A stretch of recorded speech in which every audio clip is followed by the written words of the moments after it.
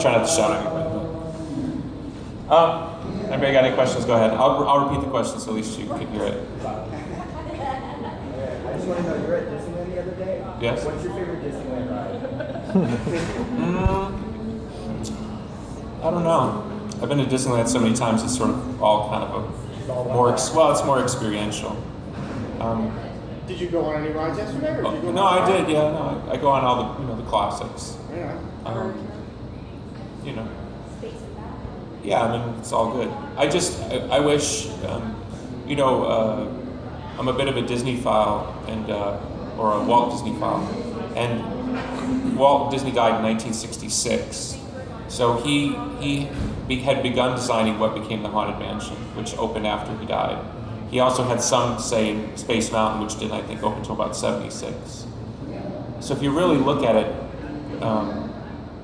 Pirates was the last ride he fully developed. So 65, 66, so that's almost 50 years old. And I think, this is if I ran the world stuff, but I really wish Disney would go back to being at the forefront of technology and like take a ride like Haunted Mansion and go, all right, or say, if you want to see the original Haunted Mansion, you can only see it at Walt Disney World, say for example, because they have plenty of space or something. But then make the Disneyland Haunted Mansion, like make it all like holograms and like make it totally mind-blowing of the future. I wish they'd get back on that tip for the park. Because obviously space is an issue at Disneyland. And I'd like to see, because that Walt Disney's thing was always the newest technologies. And it's become kind of a relic of a museum. And I think it's a shame, when you see stuff that's obviously really super dated technology, it's kind of a shame because I don't think that's what he would have wanted. And anything you've ever read on him, that was his whole thing, was always to be at the forefront. So I enjoy it as an experiential thing, and I think the whole urban planning of it all is fascinating and all that. I'm sort of more in that tip now. The rides are fun, but I don't get the same thrill that I got like 20 years ago. No, I don't, honestly. Did you get recognized? Yeah, it's kind of funny because you can get like a VIP. They keep changing their VIP policy.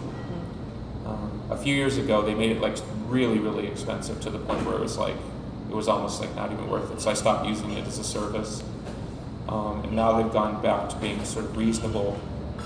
And we were walking around, and I found out in walking around that I'd gotten the B-level celebrity status, and not the A-level status. And then when I started getting recognized a lot, and people started lining up for pictures, like suddenly they kind of did this weird scramble, and then I got A-level status. So I think B-level, you stand in like the fast pass line. A-level, you get the back door, right in the front of the line. This is kind of funny because the lady was quite nice, and she's like, I tried to tell them that this was going to be a problem. But it was kind of funny because I once got in an argument with a Disney guide about 5 years ago because I had obviously the B-level celebrity status thing, and I every time before that I'd always gotten the A-level, so I was confused by also why we were standing in lines, and we were standing in some long lines, and I was getting recognized, and I just want to hang out. I don't want to work, Yeah. And And the girl said, I said, why are we standing in line? She was younger.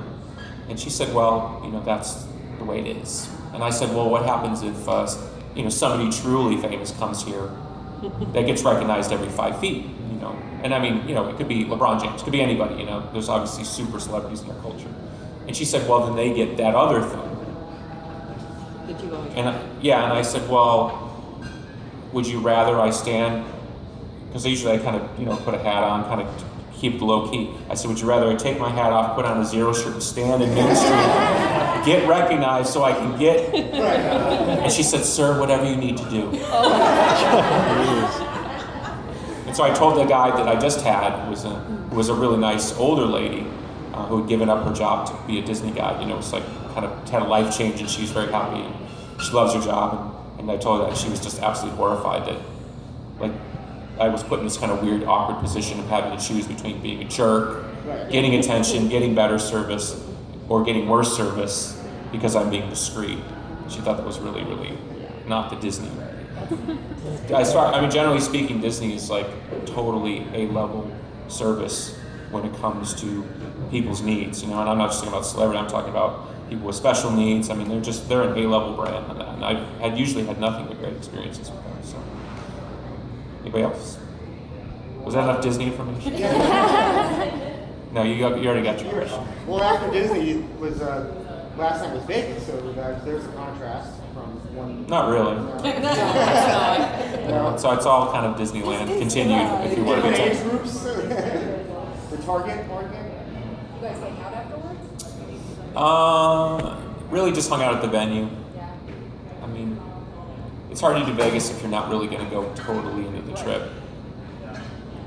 And I will say though, I mean, I'm no fan of, I don't know what you want to call this culture that's coming out in America, you know, pseudo porn meets tattoo meets whatever that is, and biker, you know what I mean? And it's not to denigrate anybody, but that kind of, because I grew up in lower middle class. So as far as I'm concerned, those are my people, you know what I mean? So I don't look at it like I'm other than, I look at it like, oh boy, you know, but now we have a celebration in our culture of that, what do you want to call, trailer park vibe or whatever? Which, you know, I once lived in a trailer park, so again, I'm one of them. But to see it celebrated, almost like it's a cool thing, and then you go in the casinos and it's like the casinos are literally built for those people. It's like, whoa, because, you know, I mean, at least I saw Vegas on the tail end of the Sinatra, the Sands, the classy dress up. Now it's like, I don't know what that is. It's like everyone thinks they're a UFC fighter now. You know what I mean? That whole whatever that is. I remember the first time I went to a UFC event, I was like, wow, this is where they all go. Like every doorman and his stripper girlfriend. It was like they were all there. Like everyone in America was like, wow.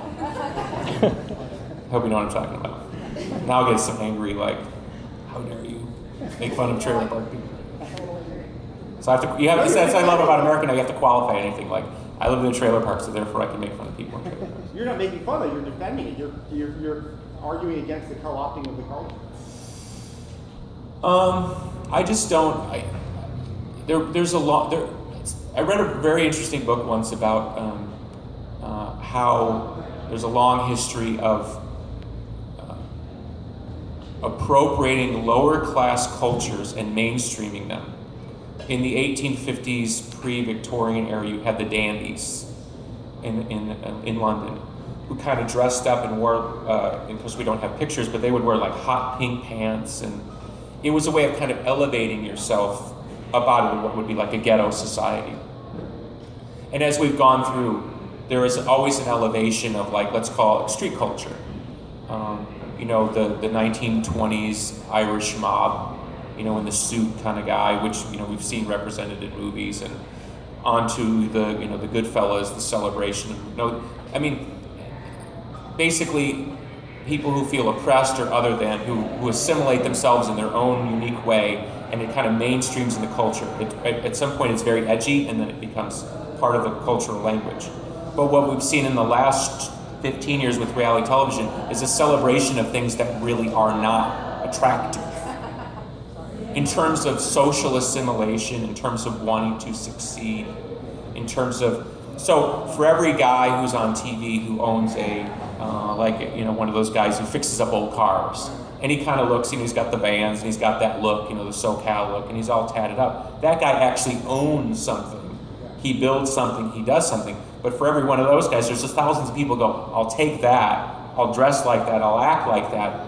But the guy works, at a normal job. And it's a really weird thing for people to celebrate kind of, it's not very American, it's a very recent thing to sort of celebrate low culture to the point where low culture is now high culture. And high culture is almost something to be kind of frowned upon. I find it very strange, because traditionally the American thing is you want to rise up out of your class, make a better life for yourself. And then there's always the cry of sellout, Same thing happened with the alternative rock stars when they started making money, moving to big houses. It was like, oh, you're a sellout because you don't want to live in the same shitty neighborhood that you grew up in. Well, that's exactly the thing. I mean, you are in this one position, and that's where your music comes from that, and then you get all this money, and you're not in that position anymore, and now it's Yeah. different, so you have to. I just don't. I think honoring your culture is a lot different than celebrating your culture as if it's high culture. I mean, we're going to have a lot of people walking around here in 20, 30 years. They're not going to fit very well into middle age. They're not going to assimilate very well into middle age American culture. So you're seeing this balkanization of like, there's low class culture and there's this and that. I don't know. I don't buy it. It's sort of celebrating the it's like the mainstreaming of porn. It's like it's celebrating something that really does belong on the countercultural fringe because it really is the alternate value. It is not the mainstream value, which always isn't. I'm not saying it's right, but I'm saying it has to do with social assimilation more so than it has to do with economic opportunity, which is if I tap myself up and I act a certain way, I'm going to be celebrated in a look at me, look at me, look at me way. I'm going to be famous for looking a certain way as opposed to actually doing something. This is a very new thing in America. Am I making any sense? I know it's a bit esoteric point to make, but I don't even know how I got this. Okay. Anybody else? So I've been following you on social media since your days of pouring your heart out on MySpace. Yeah, which was a total mistake, but I'll go. I actually really appreciated it because like now you're on Twitter and now you're on Periscope and you're one of the more transparent celebrities that I follow. What's the value to you of having such an open dialogue with your fans? Honestly, having an open dialogue with fans is actually not very smart of me. No, because let's pretend, right? This is the magical line, okay? And most celebrities stay on the line or behind the line. In wrestling, we call it baby facing, right? So you say like, I've been following you since the early days of social media. Oh, thank you. Oh, that's really cool. Thank you. Instead of being like, oh, I don't know if that's such a good idea, right? That's an honest dialogue as opposed to a baby face, which is like, oh, thank you so much. I'm so humble, blah, blah, blah, blah, blah. So every time you're on the line or you're over the line, here come the trolls, here come people to rip things out of context and create clickbait headlines. So I would cast my public persona in light of a performance artist. I'm exploring the space in new ways to create new opportunities.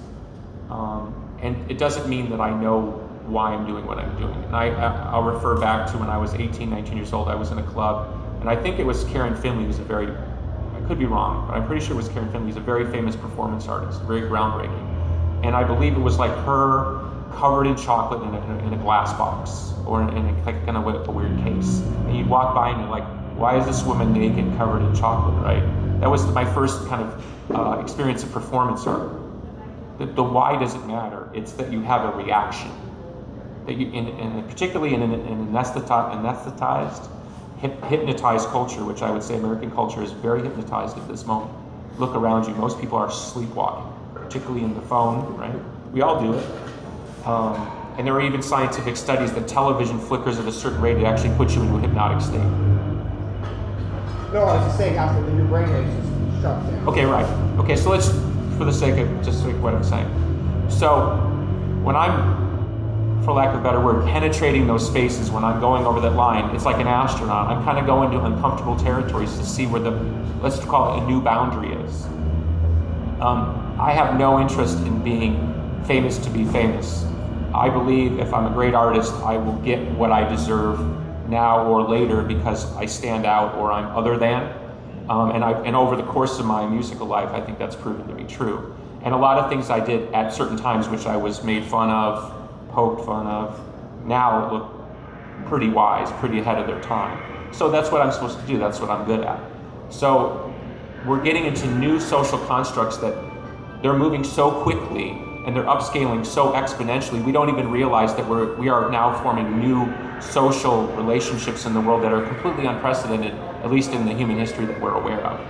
If people had other technologies at other times, we don't know, we're not aware of them. So the fact that literally, we're periscoping to the whole world and somebody in, Japan right now could be watching what we're talking about. This is unprecedented sparks of communication. So when you get into sharing information, the general celebrity construct is to become a propagandist, is to dress up your answers, to dress up who you are for an effect. I actually believe the opposite. I think the more real I am, the more indestructible I become, the more you cannot kill me off, because there's nothing to defend. And really, if you want to take it as a spiritual lesson that anybody can take out of it, is that is the ultimate triumph in humanity, is to accept oneself and say, I am who I am, for better or for worse. Size, gender, sexuality, doesn't matter. Because the minute you accept yourself, you change the conversation with the rest of the world. You stop becoming a propagandist and a manipulator. Celebrity life in and of itself as a social construct encourages propaganda. It's in my best interest to convince you of something so you'll buy more shit.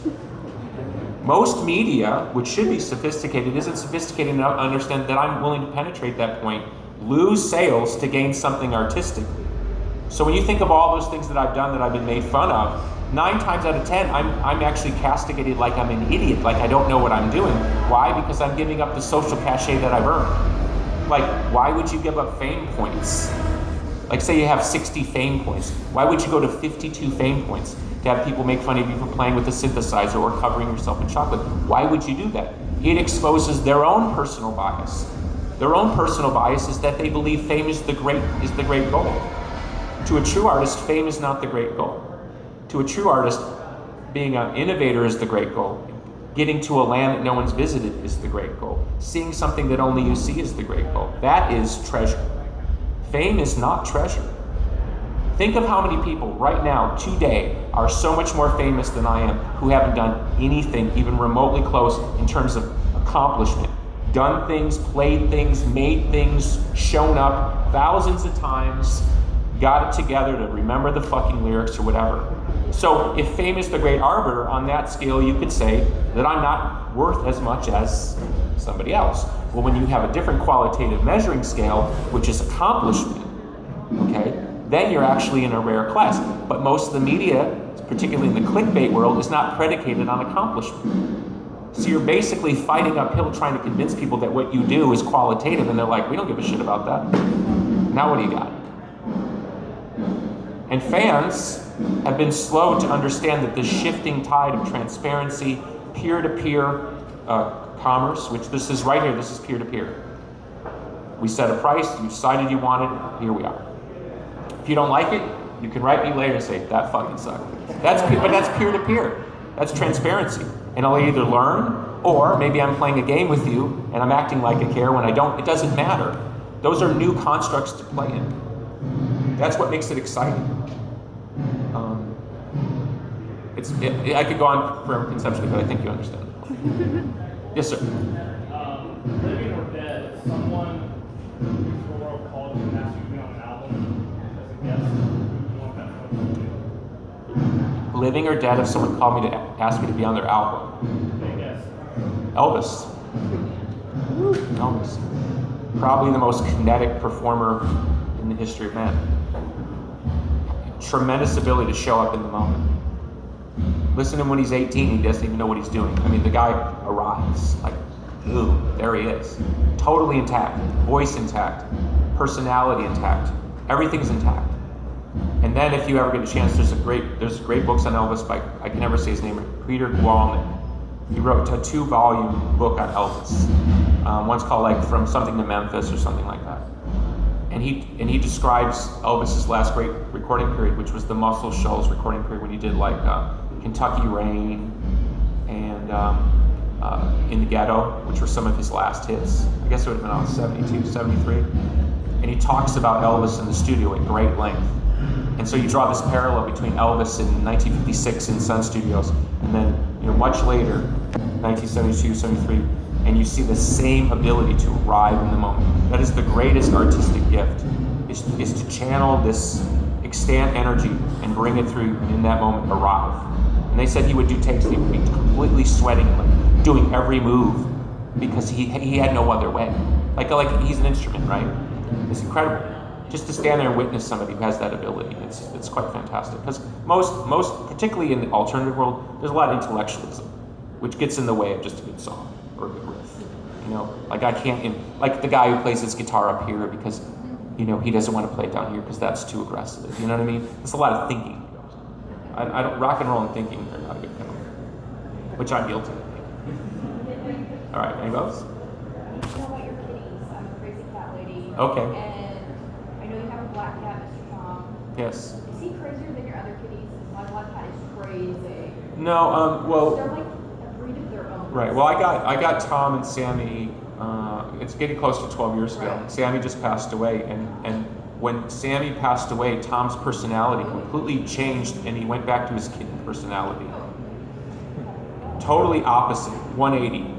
He went from a detached kind of like whatever, I don't give a shit, come around when I want something, to all of a sudden all over me like, whoa, who are? Kittens, Well, it's funny now that I've got the new kittens, he's actually gone back. yeah. So my instinct on that was right, that getting the kittens kind of helped him revert back to that kind of passive male personality, Right. kind of let the girls run the house. And there's this whole dynamic between the dogs. The kittens love the dogs and the dogs love the kittens, so the dogs will tolerate the kittens coming up and chewing on their tails, and they kind of get annoyed but don't run away. And Tom's kind of gone back to sitting on the shelf looking at all this from on high. So it actually makes me feel better because he had a really insecure period there for a couple months after his sister died. And is anybody on tour with you, or do you just miss them to death? No, I think it'd be very hard to take the animals on tour, honestly. Like, I don't have That's a tough one. I mean, we left last night on the bus at 2 a.m. We got here about 7 a.m., 8 a.m. Yeah. Then you're in a hotel. Then I go out antique shopping or something. I mean, are they in the hotel room by themselves? Yeah. Who's walking them in the 110 degree heat? Right. Animals are generally speaking creatures of habit, routine. Yeah. I just think that's a tough one. Everybody's different. I think they're better off to staying at home. That's cool. It's not that long a tour cycle, so as long as they're happy when I come home, I'm happy. That's a secret. That's not cool. First, I want to thank you for coming to Phoenix. Yeah, thank you. It's hot. It didn't go so well the last time we were here. I think that's why they haven't had us back. Okay. I don't know about that. So, what can you tell us about the new album? The new album is very, very different. It's as different to the Pumpkins catalog as Adore was to the first three albums. Specifically, is Jimmy going to be on it? I believe I've answered all these questions on Twitter. You did? Oh, I missed that. I'm sorry. No, Jimmy hopped on this tour very much at the last second. We made basically the whole album, just Jeff and I. So, Okay, cool. there's no plans to change direction in that way. And I have no problem. Jimmy's very busy. Honestly, he's actually running this tech company. He had to get time off literally to do this tour. So we're very appreciative he's on. We're having great fun. Going back into that space, I mean, first of all, you'd have to believe that kind of music would be welcome to the general populace, which I see no indication it is. Sure. You show me a band who's massive doing alternative rock, guitars and drums. Show me a band who's massive. There isn't one. It's over. And see quite that. honestly, even if we were able to match, let's call it the proficiency of the Gish through Melancholy era, the audience is far smaller. Invariably, the fans are going to compare the works and they're going to opt towards that which they know. They're not going to make the same emotional investment that they made when they were 16 or 22. It's just not going to happen. The band's better off doing progressive music. Album sales are really so small that albums should be experimental and progressive because really only your fans are buying them. The general populace doesn't give a shit. And if you think that by doing what people want, you're going to sell more, that's a chimera too. No indication of that. The only artists who are really successful in this culture, if you want to be real, from a rock and roll side, is people who do very much the same music, album after album, and the audience, it's like going to see Die Hard 1, Die Hard 2, Die Hard 3, Die Hard 4. And I can't, honestly, if you'd asked me that question 10 years ago, I would shit all over it, and I actually say that's probably the best model right now. The Pumpkins model does not work in this culture for new music. It doesn't. It doesn't. The closest thing to kind of going back and being in the wheelhouse of the old sound was Oceania. It sold well, it was reviewed okay, but it didn't have another gear because there's no other gear to take it. There's no culture waiting for that music. It runs through your fan world and maybe some on the fence people, and then it hits a wall and it's over. But the amount of time to create an album like Oceania, that was like 7-8 months. 7-8 months of my life to what, sell 60,000 records? Yeah, you were saying like we're going to 100 play hours with a twice minute? as many people on this tour. Would you in a month? What would you say is more effective? Playing to 140,000 people in a month, or spending 8 months of your time to have 60,000 people listening to music? It's just not effective strategies for an artist. It's not. So, I'm sorry. I wish it was different. Trust me. I'm very good at making conceptual albums. So our perspective is that we're better off just making really new music that we feel is uncomfortably progressive. Like, we don't even know what we're listening to. That's a good thing. Maybe in that we'll break down a new barrier, so we've made a new Adore or a new Gish or Future Embrace, where you're actually into some different space, so people at least can reflect in the future and say, well, at least the brand carried on in this particular way. I watch art films all the time from people from 1962 that I never heard of who they were. And I watch the one film that everyone says is classic, and then I go watch the other 5 and realize that those weren't so bad either. And here I am 50 years later, and I've never even heard of the person, and I'm into that world. So if people discover the band's music 50 years down the road because we have an artistic thing, great. At least I could say I did the work. But I also have to live in real time. You know? Okay, one more. A private question? All right.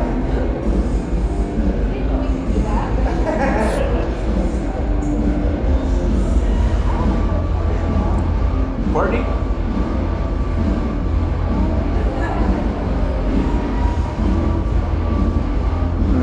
I think this young man wants to ask you something. Oh,